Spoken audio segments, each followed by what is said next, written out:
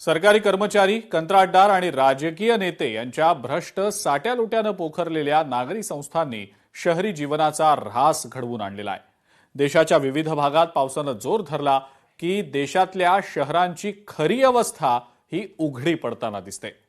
नवचैतन्याचा ऋतू मानला जाणारा पावसाळा आता नागरिकांसाठी भीती, गैरसोय आणि अपमानाचं प्रतीक बनलाय। मुंबई, वसई, विरार या शहरांना नेमेची येतो पावसाळाप्रमाणे पाणी साचण्याच्या घटनांना सामोरं जावं लागतं।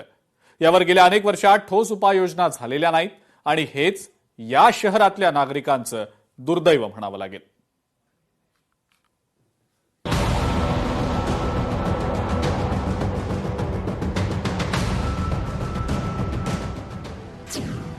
प्रशासनाच्या दुर्लक्षाच्या दलदलीत शहरं रुतली। भ्रष्ट साट्यालोट्यानं पोखरलेल्या नागरी संस्थांमुळे शहरांचा ऱ्हास।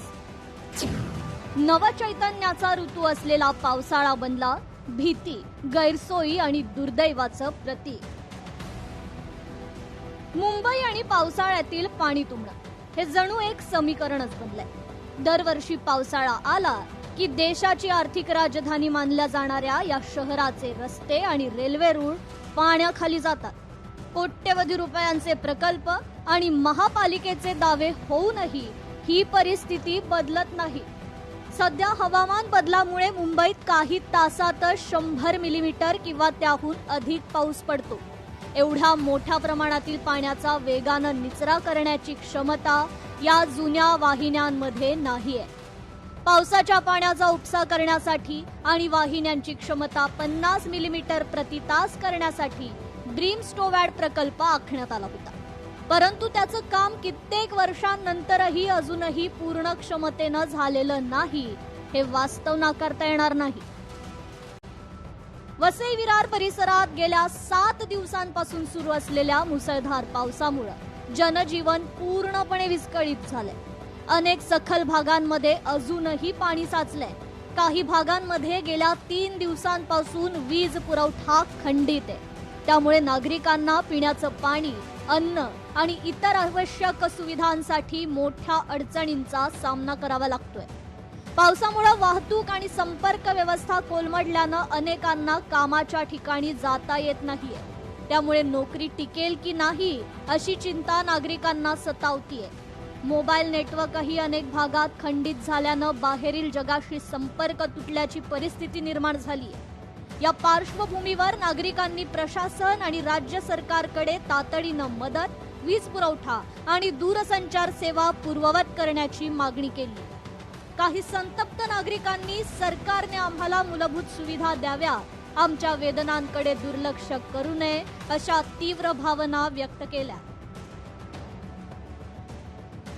देशाच्या विविध भागात पावसानं जोर धरला की भारतीय शहरांची खरी अवस्था उघडी पडते। रस्ते गटारांमध्ये बदलतात, सांडपाणी घरांपर्यंत पोहोचतं, विजेच्या तारा मृत्यूचा सापळा ठरतात, फुटपाथ अतिक्रमणांनी गिळंकृत होतात, कचऱ्याचे डोंगर उभे राहतात आणि बेकायदा काँक्रीटची जंगलं रातोरात वाढत जातात। ही केवळ निसर्गाची करामत नाही, लोकांची सेवा करण्यासाठी निर्माण झालेल्या व्यवस्थेच्या भ्रष्टाचार, निष्क्रियता आणि गुन्हेगारी स्वरूपाच्या हलगर्जीपणातून जन्माला आलेली ही मानवनिर्मित आपत्ती आहे। दरवर्षी पावसाळा म्हणजे प्रशासनाच्या अपयशाचा आणि नागरिकांच्या मृत्यूचा एक भयावह वार्षिक सोहळाच बनलाय।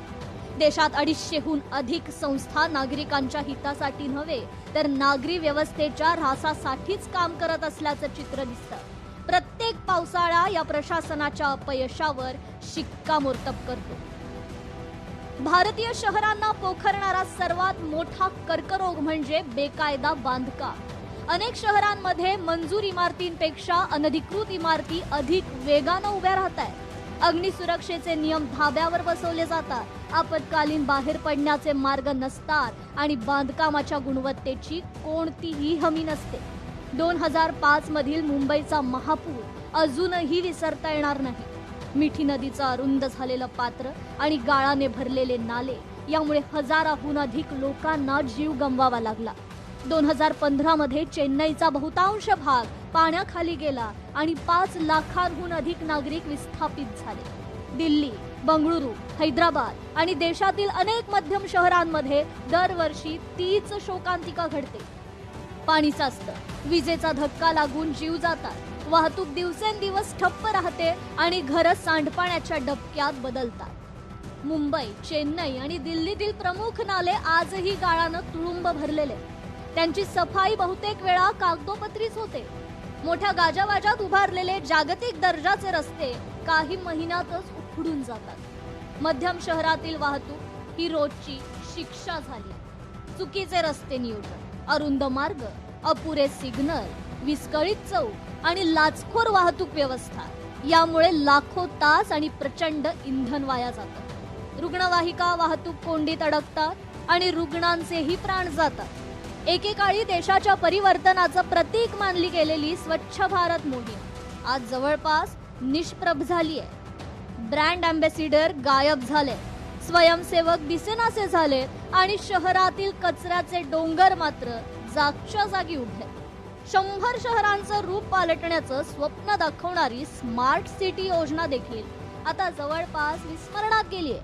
2025च्या सुरुवातीपर्यंत 1.5 लाख कोटी रुपयांहून अधिक खर्च झाला.